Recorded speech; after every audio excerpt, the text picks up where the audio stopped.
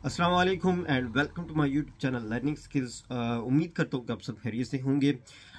जैसा कि मैं एक पूरी जो है सीरीज़ चला रहा हूँ और रिलेटेड टू जो शेंजन वीज़ा है उसके लिए, तो उसके लिए बहुत ही इम्पोर्टेंट जो आज मैं आपको एक वजह बताने जा रहा हूँ कि बहुत सारे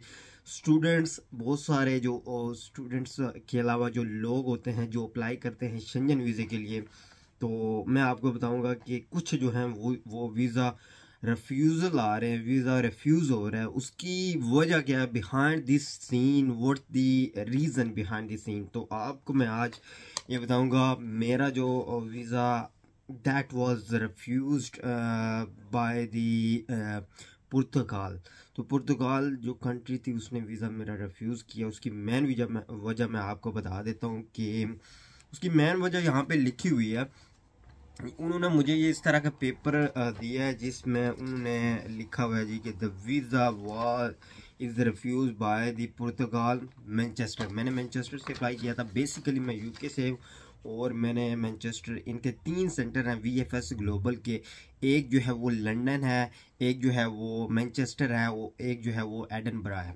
तो मैंने मैनचेस्टर से अप्लाई किया था, तो इस वजह से उन्होंने वीज़ा रिफ्यूज़ नहीं किया। उसकी वजह इन्होंने लिखी हुई है ऑलरेडी, और इसके लिए मैं अपील भी कर सकता हूँ, but I don't think so कि वो अभी अपील मेरी जो है वो एक्सेप्ट करेंगे कि नहीं। इस पे जो यहाँ पे जो कंडीशन है वो ये दी गई है कि the information submitted regarding the justification for the purpose and condition of the intending stay was not reliable. तो इसका मतलब ये है कि उन्होंने कहा है कि जो आप जो जहाँ पे आपने एकोमोडेशन ली हुई है, तो वहाँ पे जो पर्पस ऑफ द कंडीशन है कि आपने एक दिन के लिए अप्लाई नहीं करना। मैंने क्या किया है, मैंने एक दिन की अकोमोडेशन जो है पुर्तगाल में ली हुई थी। मैंने जस्ट एक दिन के लिए अप्लाई किया था, और इसके अलावा मैं बार्सिलोना यानी स्पेन में मैंने एक दिन स्टे करनी थी। यानी मैंने 2-3 कंट्रीज़ जो थी वो मल्टीपल मैंने उसको लेके चलना था कि एक कंट्री में मैंने एक दिन करनी है, दूसरी कंट्री में 2 दिन करनी है, या तीसरी कंट्री में 3 दिन करनी है। लेकिन जब आप किसी कंट्री के लिए अप्लाई कर रहे होते हैं तो आप एक ही जो कंट्री होती है वो कंसीडर की जाती है। यानी आप अगर पुर्तगाल के लिए अप्लाई करें तो पुर्तगाल की एम्बेसी जो है उसमें जाके आपने अप्लाई करना होता है। सबसे पहले आपने वो फॉर्म फिल करना होता है। वो मैं आपको कंप्लीट एक स्टेप बताऊंगा कि आपको क्या क्या चीज़ें रिक्वायर्ड होती है। मैंने बेसिकली एक वीडियो ऑलरेडी डाली हुई है, लेकिन वो छोटी सी वीडियो है, उसको आपने बस देखना है कि डॉक्यूमेंट्स क्या रिक्वायर्ड होते हैं। एक और वीडियो इंशाल्लाह मैं बनाऊंगा और उसमें आपको कम्प्लीटली बताऊंगा कि कौन कौन से डॉक्यूमेंट्स रिक्वायर्ड होते हैं, और इसमें आप जो डॉक्यूमेंट्स हैं वो आपके लिए मतलब कि कितने जो डॉक्यूमेंट्स हैं वो वैलिड होना चाहिए। इसके अलावा ट्रैवल इंश्योरेंस, और इसके अलावा जो अकोमोडेशंस है, और जो इसके जो ट्रैवल टिकट हैं, यानी एयरलाइन के टिकट होगी या दूसरे टिकट होंगे। अगर आप यूके से अप्लाई करना चाह रहे हैं तो आप एयरलाइन टिकट्स या ट्रेन के टिकट आपके पास होने चाहिए। इसी तरह आप डिफरेंट कंट्रीज से अप्लाई करना चाह रहे हैं तो आपके पास ये जो कंडीशंस हैं, टिकट्स हो गए, और जो अकोमोडेशंस है वहाँ पे आपने शो करना है कि कहाँ पे आप रहेंगे। इसके अलावा आपके पास एक फ़ंड होने चाहिए, यानी स्टेटमेंट होनी चाहिए।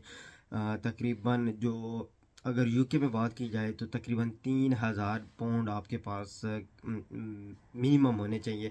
इसके अलावा तीन या 4 मंथ की आपके पास स्टेटमेंट होनी चाहिए। और इसके अलावा आपके पास जो चीज़ें रिक्वायर्ड हैं वो मैं आपको नेक्स्ट वीडियो में बताऊंगा। बेसिकली मैं आज की वीडियो में बताना ये था कि आप अगर अप्लाई करना चाह रहे हैं एज आ शेंजन वीज़ा, तो आपने जो चीज़ें मद्देनज़र रखनी है वो एक तो ये है कि आपने एक दिन की स्टे नहीं लेनी, बल्कि आपने मोर देन 2 और 3 डेज़ की जो है वो स्टे लेनी है वहाँ पे जहाँ पे अप्लाई करना चाह रहे हैं। तो मिलते हैं नेक्स्ट वीडियो में इंशाल्लाह। आपको ये छोटी सी वीडियो में जस्ट वीज़ा रिफ्यूज़ल के बारे में बताइए, बहुत सी और वजूहात भी हो सकती हैं, इन्होंने लिखा हुआ है the visa has been refuse, the visa has been annulled, the visa has been revoked.